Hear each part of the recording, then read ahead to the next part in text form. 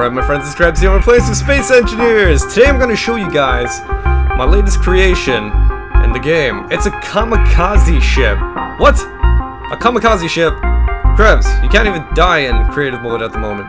That is true, young Padawans, but a lot of times one must create means of destruction through ingenuity. And also trying to think about the future. Because the reason why I came up with this idea was because of the USF Testament, which I showcased in one of my latest videos. As a giant carrier, essentially, it has a lot of armor on the outside. I didn't really highlight how much armor it had in the video, but after doing a lot of testing with my Kamikaze ship, I kind of realized how much armor it actually had. It's crazy. But this is why the Kamikaze ship was made, for maximum damage potential. And you might be saying that the maximum damage potential to do to a ship is using rockets, because rockets shoot so fast and whatnot, but I don't think rockets are going to be like that forever. I think a lot of people know that rockets are kind of overpowered at the moment. They do a lot of damage, they have a high fire rate, and so you can imagine if there's ever survival mode, maybe the rocket fire won't be at such a high rate, maybe the damage potential won't be so big, maybe you'll also have limited rocket ammo, stuff like that, right?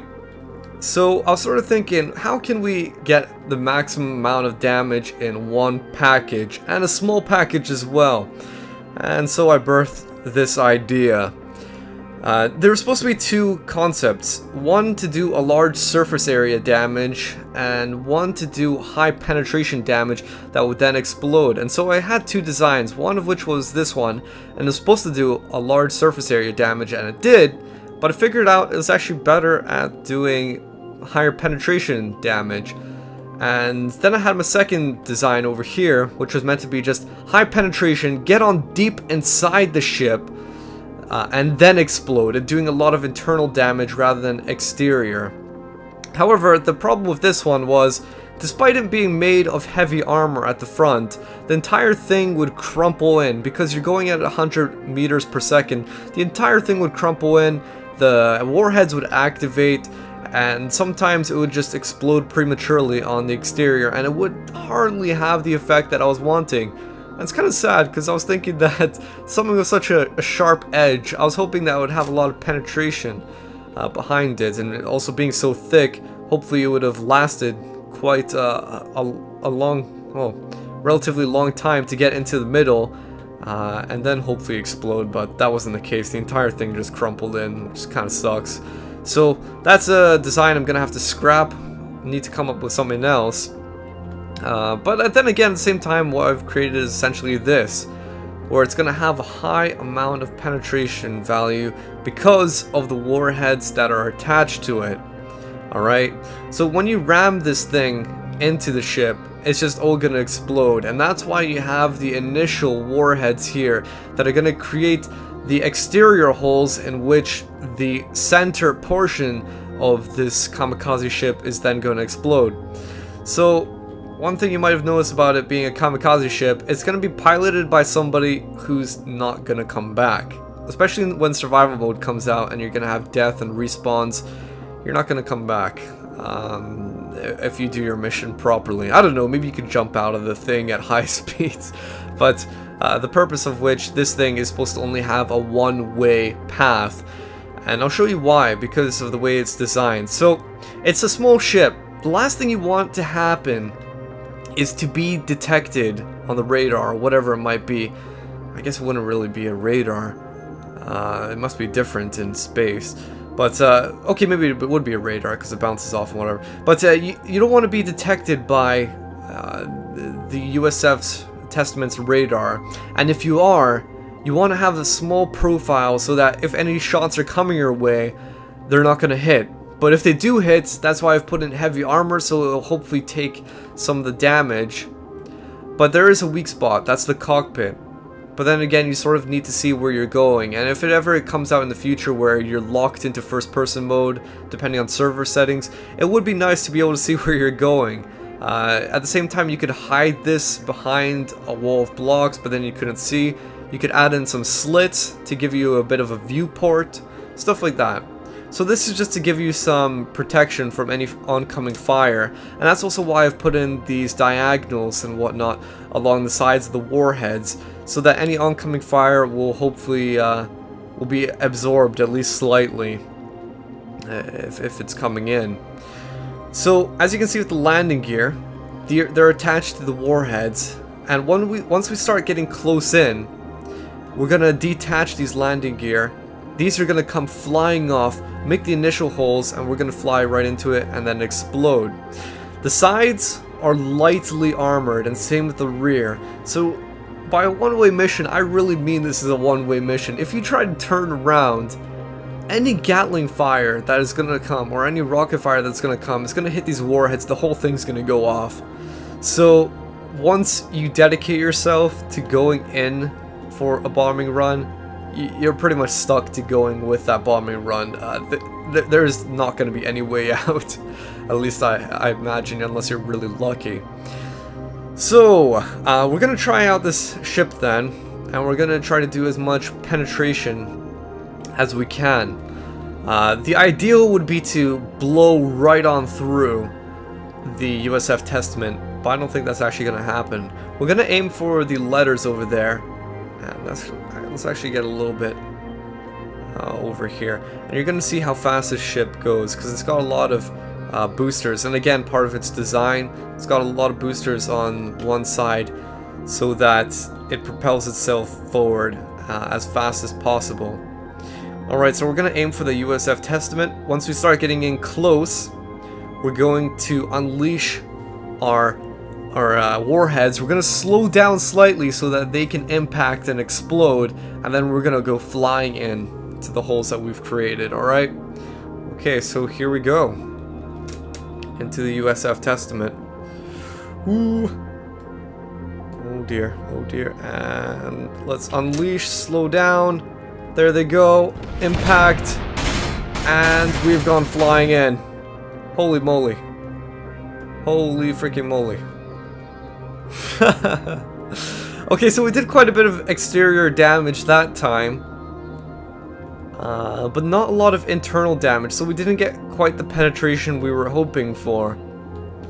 So what I think actually happened, where we failed, was because we didn't release the rockets soon enough, or not the rockets, but the warheads soon enough. And actually, even before that, what I think might have happened was, rather than using the inertial dampeners to slow down, I used S to slow down, and that didn't slow me down enough. So what I should maybe do for the next run is use the inertial dampeners.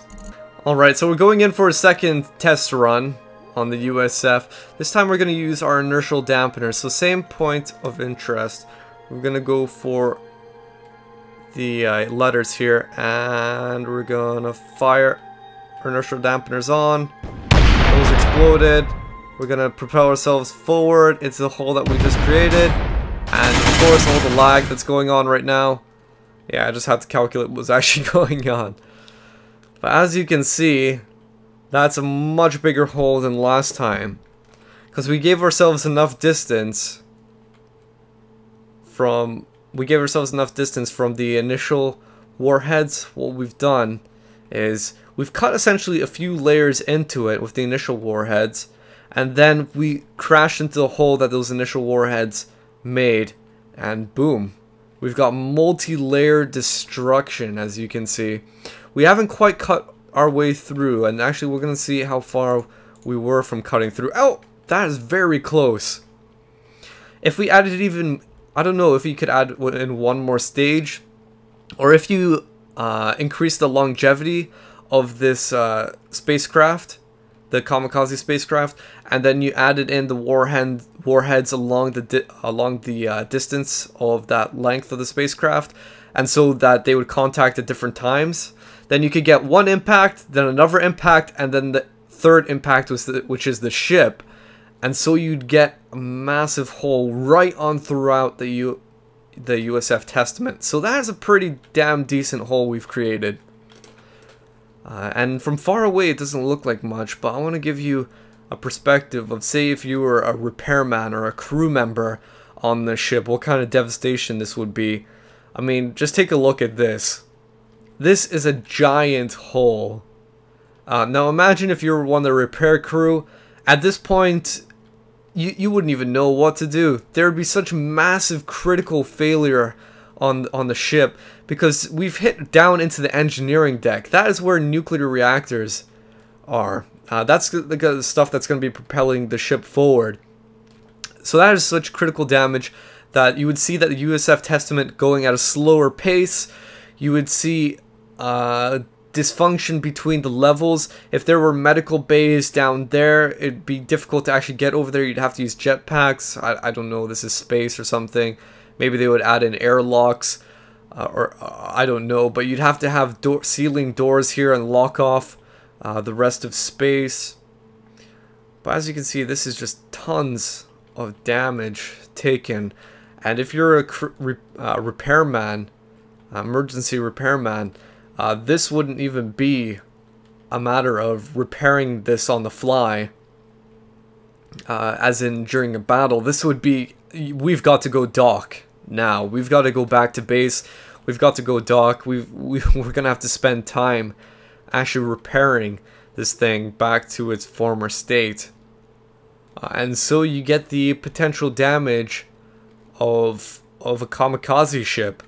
So one kamikaze ship, one man dies on that kamikaze ship, but he unleashes so much warheads. You can imagine if there are people inside medical bays or the engineering compartment. Although one man might have died in the kamikaze attack, I'm sure there would be plenty more fatalities on board the USF Testament from the damage received here. Everything is just deformed, askew. And yeah, there you go. That is some high penetration damage. Alright guys, so we're going to end it there. That is the mass devastation caused to USF Testament. And you'll be able to find this ship, my Kamikaze one, on the Steam Workshop along with the USF Testament. So you can actually go out and try to destroy the USF Testament as best as you can.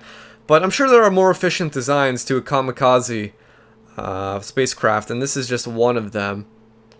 Man, total devastation, total devastation. So anyway, we'll leave it there. Thank you guys for watching. Until the next one, this is Krebsy, and I'll catch you guys later.